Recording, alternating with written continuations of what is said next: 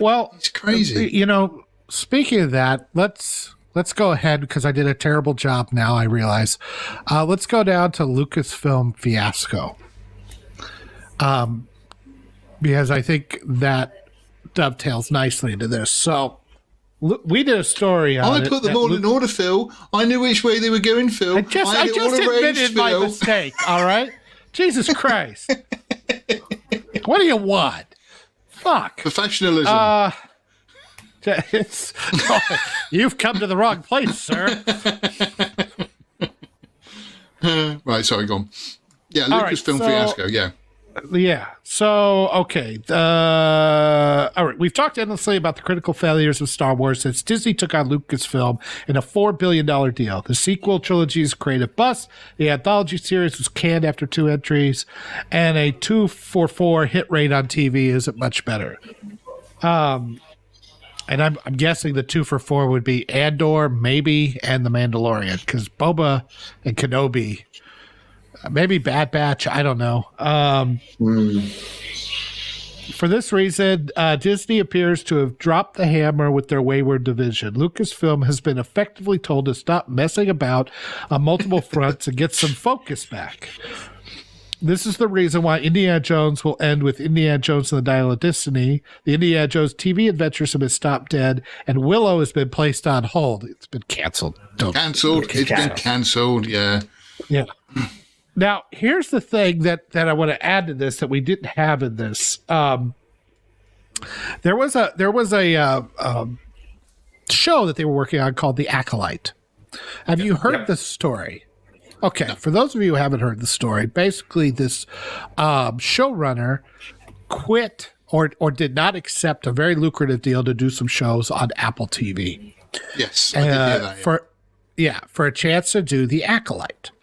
Now, The Acolyte, they said it was being filmed. It is not. The only thing that was being filmed was apparently a sizzle reel to see how good this was. And they're either not going with it or it's been put on hold. And through all the hullabaloo, they basically shit-canned this showrunner, who I'm not sure if she had enough chance to even put anything together. But they didn't give her any money. I mean, it was really bad how they treated her. And sorry to interject, but I think, as I remember reading, that if she had gone to Apple, it would have made her one of the top-paid executive producers in TV history. She's worked on very high-profile stuff. She's worked with Tom Hanks. She's worked with a lot of, she's not just some, person that did something in,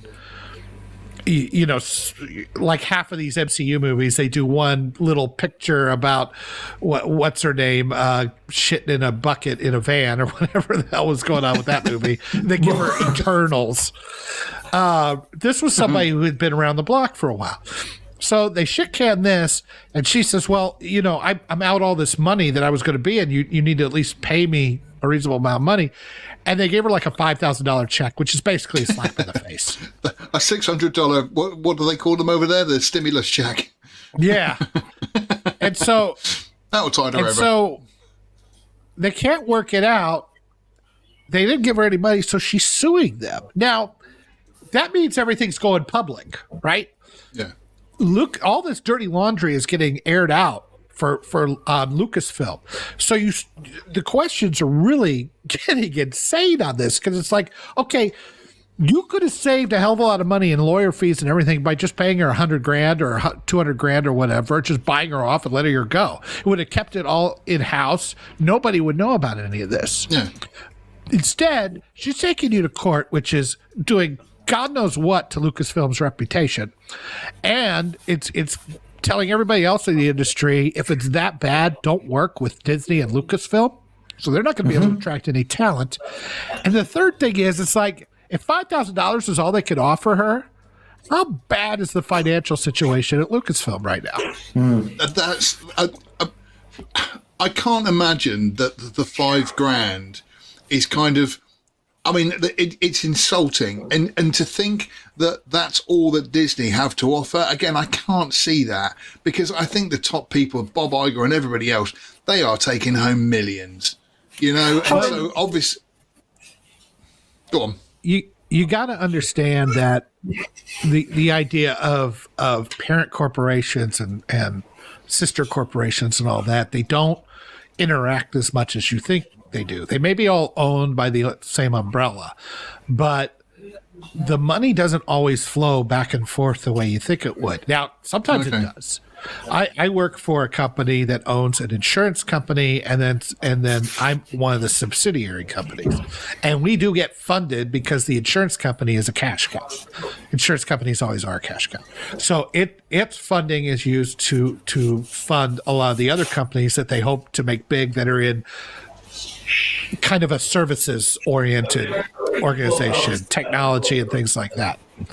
So you would think that they could do that here, but either Disney is, and I'm going by our article here, Disney is so pissed at Lucasfilm pissing away money and making garbage that people are angry about, that they don't want to give them any more money.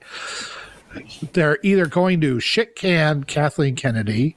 Lucasfilm has been cooking the books and been hiding it from Disney. Or they're just completely, I mean, you don't necessarily have to pick only one of these. This is a multiple choice type of thing. Or is it D, all of the above? All boxes that apply. Yeah.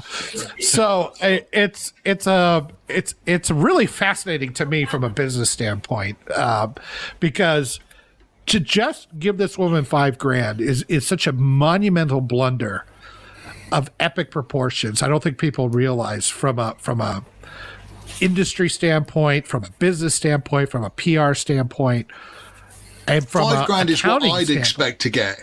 That's what I'd expect to get from them. If we said something and then we went to court, and that's the kind of payout I would expect to get. But somebody who they knew that she was offered this thing with Apple and she turned it down, which would have made her, I mean, literally millions. $5,000 it's nothing. Nothing. But this is my problem. Hold on. So she had an opportunity to work with Apple for a certain amount of money, and she had an opportunity to work with Lucasfilm for a certain amount of money, and she chose Lucasfilm. Right. Yeah. They've pulled some projects, so she's therefore now out of a job and lost money. Yeah. Well, how's that Lucasfilm's problem? Well, she had the decision, and she chose poorly. She did chose poorly, but there is a standing way of doing things, as I understand it. Okay, I'm not in the industry specifically, but because of the way the industry, shows come up and they go down all the time. You look at Superman Lives. You remember that one with Nick Cage, right? Although Kevin Smith's treatment didn't get used or turned up, he still got paid like $1 million to do it. It was a very large amount of money. That's why when you look at the money that went into Superman Returns, and that finally came out in 2006, all that, the budget is insane. Why is the budget insane? Because it was pulling in all that money from Superman Lives, all the failed projects. That's where it had to recoup all the money, right? And you pay these people because there's an understanding in Hollywood that, things come and they go, and people, producers make changes. You have to continue paying these writers and these showrunners to come in, because you may want to use them next time. And it's just the cost of doing business. And what I'm saying is that Lucasfilm is apparently writing checks they can't cash. They don't have the money to do the business that is normally done in Hollywood. And it's not that, you chose and it didn't work out. That happens. That happens every single day in Hollywood. But these showrunners, these writers, they get paid a commensurate amount. And that is, I don't know if it's a standard. I don't know if it's SAG. I don't know if it's, Writers Guild and all that kind of stuff, or if it's just, this is the way business is done in Hollywood and everybody understands that. But the point is that Lucasfilm did not pay her that you would pay somebody even if you didn't use her work. Right, so she's basically done the work and they've not used it, but they're not paying her for the work that she's turned in. Okay, fair enough. When you think if you're a writer, they still have to sit and write, and that may take months of work and stuff. I know somebody who writes for the BBC. I was going to say, I know somebody who writes for the BBC. Yeah, you know, so I mean, I mean, the way I see it is what Yoda's saying is, you know, you wouldn't just go to Disney and go, I want to make a Star Wars film. It would be kind of, right, what? And then it's kind of, right, I've written this, you know, theme, script, whatever it might be, so that they've got then something to work with. So yeah, I'm assuming she'd have done some work to it before Disney had sort of signed off to sort of say yes, you know, even if it's making a show reel about it. So, do you know what could be happening here then? If Lucasfilm are losing too much money and they can't sustain themselves anymore, Kennedy's out on her arse. George Lucas buys back Lucasfilm for half the price he sold it for, and we get proper Star Wars back. Well, I don't know that Lucas has any interest in doing that. I mean, quite frankly, you know, I don't see him doing, like, I've heard for decades, you know, now I'm going to make my little independent films. I haven't seen an independent film come out from him in a while. I think he's he's in his 70s, well into his 70s. He's probably pushing 80. He probably doesn't, like, what do I need to do all that for? I don't blame him. He made his mark on, you know, he already blemished himself enough with the prequels. Why risk it again? That's what I was kind of thinking, that people say, oh, he should come back and save Star Wars. And I keep thinking, he still made the prequels, and, you know, I mean, okay, they're entertainment, but they're not good. You know, it's not like, you know, okay, they make this Disney sequels look like Ben-Hur, but I mean, you know, like I say, you know, it's not, I don't see him as coming back as just the sort of savior of it. You just need to give it to somebody who loves and respects the thing. What you've got to do is like you said with Kathleen Kennedy, get rid of her. All she wanted to do was feminize Star Wars and look at the mess we're in. And so get rid of her. Get rid of her. Yeah, that's what you got to do. Get rid of people with these agendas. Look, I never thought Star Trek could come back. I never heard of Terry Matalas until Picard season 3, but he's done a bang-up job. Why? Because he understands Star Trek, and he's doing everything in the service. He respects it, and every choice he's making is in service to the story.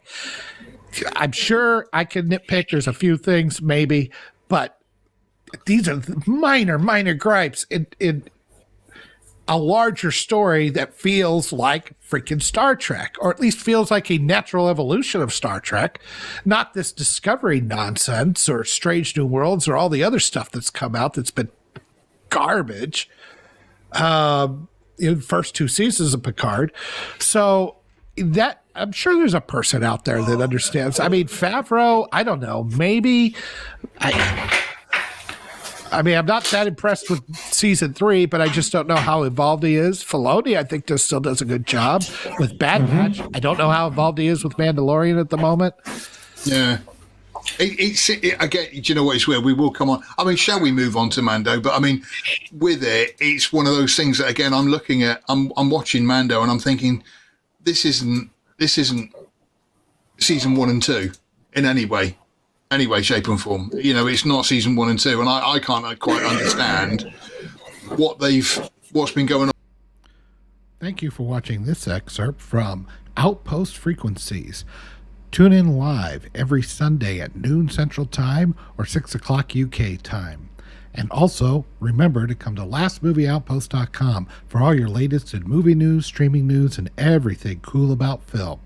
We are the cool news now. Thank you for watching, and we'll see you on the next stream.